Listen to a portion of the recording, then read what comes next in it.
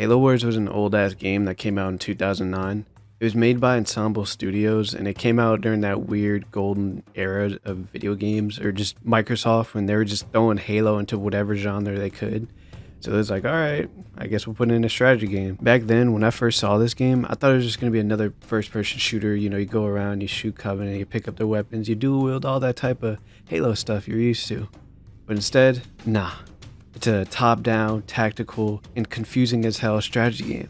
And by confusing, I mean kind of simple, but kind of not. Because I started up this game thinking I'm going to be Master Chief, but instead, I'm just too busy thinking about micromanaging where each unit goes and where to put them. By each unit, I mean all of them, because they all travel at the same speed, at the same time, to the same place, because that's how I play. And this game's pretty easy to pick up because, like, when you first start playing and, you know, either you're playing a campaign, a skirmish, or a multiplayer match, and you're out here, like, building bases, managing resources, and watching your fucking Marines just get murked in 2009 cutscenes. Let me tell you, those cutscenes are extremely fire to this day. I like watching every single marketing trailer, every single live action trailer for the game, just every single, even the gameplay trailer. Just everything for this game and the atmosphere like around it is just extremely fire, and I think it nailed the Halo vibe.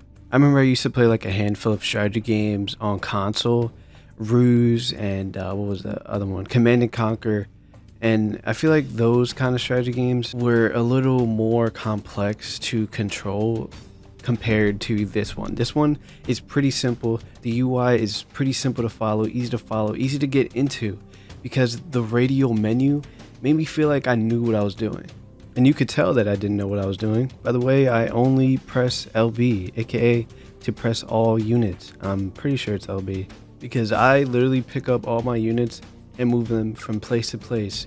Grab secondary bases, grab sniper point. They all travel in packs. There's no separating or not separating like this is a horror movie. Okay, we're all going as one team, one family. Okay. If one of us dies, we all die. You got to build your base on these like preset pads. You get like each little square and you can build whatever you want, whatever set of buildings you want, and build a supply pad, you build a barracks, you build an air pad, what was it called? Airfield? I don't know. You build your little turrets and stuff. It kind of makes it even simpler. You know, you don't really get that much freedom to put your base wherever you want. You can have like a mobile base with the elephant, I believe, but besides that, you're just gonna have to make different bases around the map.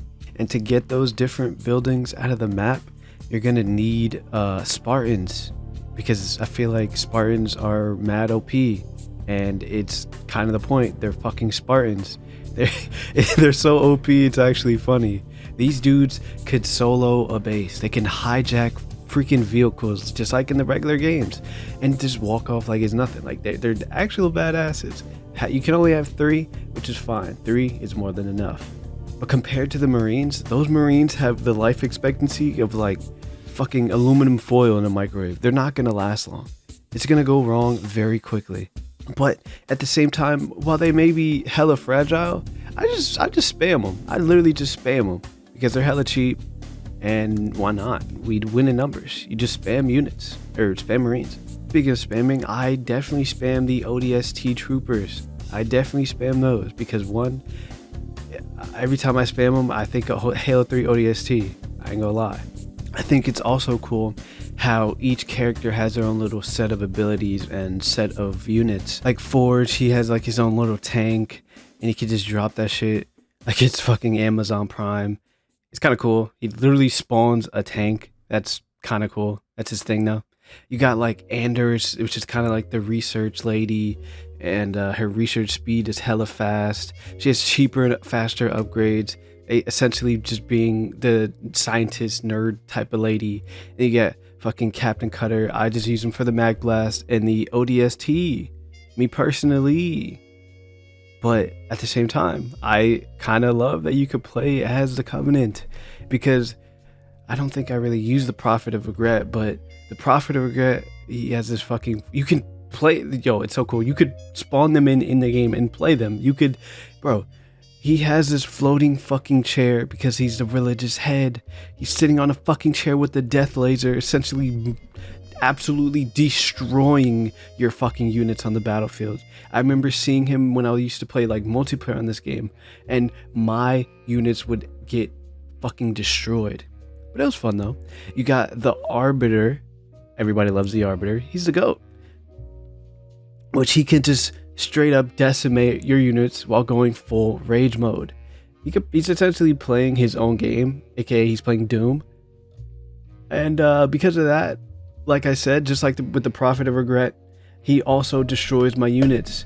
The Covenant side is my least played side. I prefer ODS. I prefer the UNSMC. UNSMC, you know what I mean. And then you got the Brute Chieftain.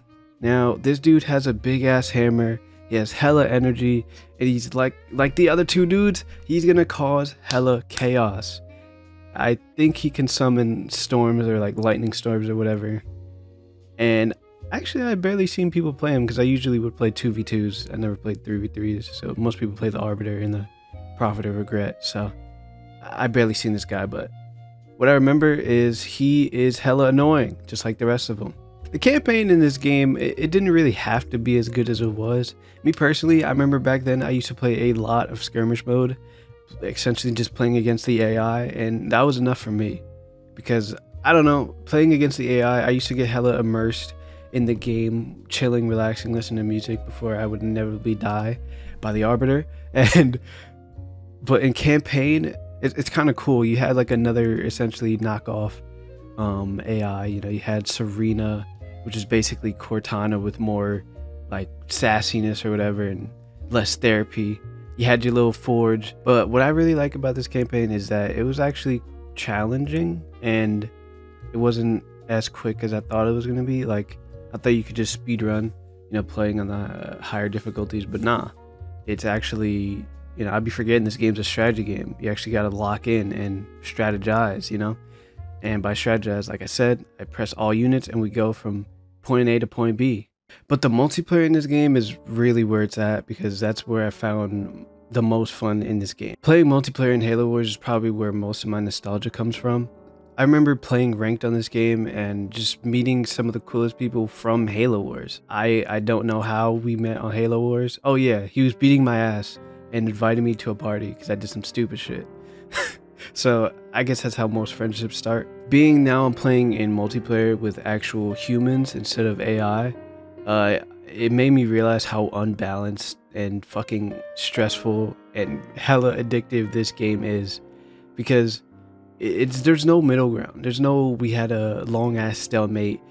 Nah, you either get absolutely god smacked or you're doing the god smacking, because you're gonna get steamrolled in this game if you have no idea what you're doing, or you're gonna be the one doing the steamrolling. There's no middle ground. There's no in between in this game, because essentially what you could do, you can just literally spam units. You can just literally buy like an airfield and just spam Hornets. On the Covenant side, you just spam Banshees and essentially just rush. Essentially, that's all they would do. Even the AI does this. They just rush your base within 10 minutes within the game. They rush your main fucking base, build as many units as fast as they can, and you're done. If they would get a Scarab, you would lose instantly.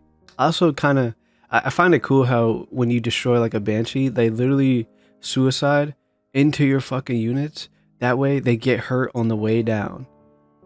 I'm like, bro, I forgot that even happens playing this game again.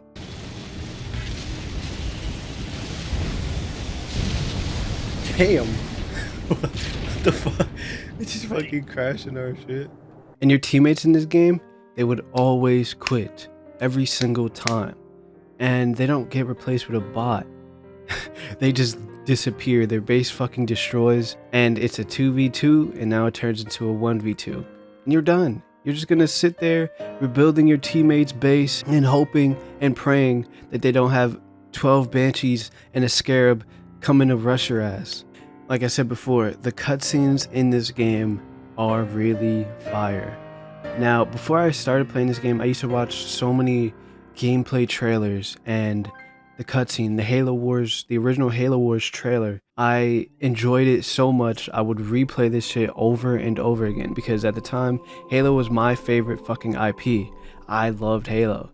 And this perfectly encapsulates Halo Wars. Like, it literally does. The war in this game, especially the trailer, it just fits the vibe. And you know what else fits the vibe?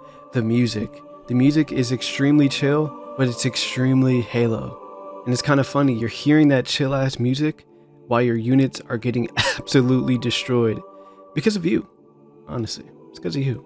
But yeah, all in all, Halo Wars is a weird game because on one hand, I wouldn't think a game like this would be as good on console. It feels like a PC style when you look at it from a glance, but at the same time, it's mad fun. Somehow it did work. Somehow I did find enjoyment and I had so much fun on this game. I've met so many people, they're all cool peeps. And it sucks because playing a spin-off like this just makes me want more spin-offs that are good. So yeah, to this day, this game's still fun, still chaotic, and it's still Halo. It's pretty good.